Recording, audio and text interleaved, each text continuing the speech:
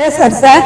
ఇప్పుడు ఏమొచ్చి టీడీపీకి వచ్చి మళ్ళీ అదే ఎంపీపీ టీడీపీకి వచ్చిన వెంటనే నా మీద వేటు మొదలు పెట్టారండి. ఈసారి నేను వైసీపీ దాన్ని నన్ను వేధిస్తూ అతను సాంబార్కి పిలిచి విపరీతమైన మాట్లాడుతూ రాజీనామా చేస్తావా చెయ్యమనుకొని మా ఊరు 9 మంది అతని అనుసరులు 9 మందితో పట్టును మేము మొదలు పెట్టేసి మా ఊర్లో నాతో ఎవరు మాట్లాడినా నాకు ఎవరు సపోర్ట్ చేసినా వాళ్ళకి గవర్నమెంట్ వచ్చే పథకాలన్నీ ఆపేస్తుందని చెప్పారు సార్. మాకు ఈ ఊర్లో ఒక దీనిలాగా మేము దించి కొట్టేశారు సార్. నిన్ను ఎవరు కాపాడుతారో చూస్తామనేసి మా మీదేమొచ్చి నిఘా పెట్టి నన్ను 9వ తేదీని దండోరు వేయించారండి ఎంక్వైరీ అనేసి.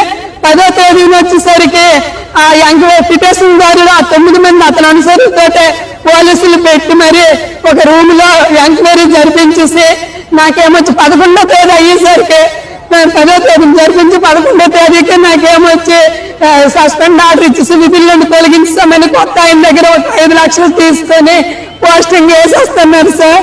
నాకు చాలా అన్యాయంగా ఊర్లో ఎవరు ఏ ఒక్కరు అడిగినా సరే వాళ్ళకి పెన్షన్ ఆపేస్తామని బెదిరించారండి. సర్పంచ్ కూడా ఇదంతా సర్పంచ్ తీర్మానం ఇచ్చారు సార్. సర్పంచ్ తీర్మానం ఇచ్చి జనాలు మేమైతే సంతకాలు అయితే పెట్టిస్తామని ఇదిగోండి ఇచ్చారు.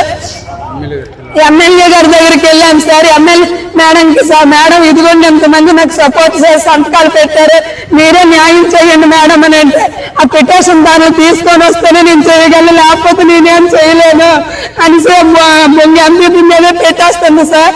ఈ ఎంపీ వైసీపీ టైంలో నుండి నాకు నైట్ పూట ఫోన్లు మాము చేసి వాళ్ళు సరే ఇబ్బంది పెట్టి వాళ్ళు అతనికి ఇదాము లేదు అనేసి ఇప్పుడేలా నా మీద కక్ష తీర్చుకుంటున్నాడు సార్. ఎక్కడ ఇదవ్వకుండా ఊర్లో నేను తలెత్తుకొని తిరగలేకపోతున్నాను సార్. నాకు ఒక పోలియో చెల్లుంది, ఒక అత్తయ్య ముసలావిడ, మాకు తల్లిదండ్రులు ఎవరు లేరు, నేను మా ఆయన 2 పిల్లలు వాళ్ళు పెట్టుకొని ఉంటున్నాను సార్. దానికి పట్టుకొని ఎక్కడికి నేను వెళ్ళలేమనుకుని ఆవిడ దగ్గర ప్రాధాన్యపడినా కూడా ఎవరో ఆ పాపను పోలియో పాపను తీసుకుని వెళ్ళి మేము కనీసం ఇవ్వలేమని అన్నా నేను మాకు అధిక ఎవరైనా ప్రాధాన్యపడినా సరే నేనేం మాట్లాడలేను. వాళ్ళ దగ్గరికి వెళ్ళి ఆడుకనిస్తుంది సార్. నాకు ఎవరు న్యాయం చేస్తారు సార్? నేను ఇప్పుడు పోలియో పిల్లలు పట్టుకొని ముసలి అత్తను పట్టుకుని 2 పిల్లలతో 10 సంవత్సరాలు నిన్ను చేసిన పోస్ట్ నీకు ఎవరు కాపాడుతాడో నేను తీసేస్తాను అంటున్నాడు సార్. నేను ఇప్పుడు ఏం చెయ్యాలి? మీరే న్యాయం చేయండి సార్, లేదంటే నేను ఎక్కడైతే చనిపోతాను సార్. నా మీద ఇటువంటి అభియోగాలను మోపుతున్నారు.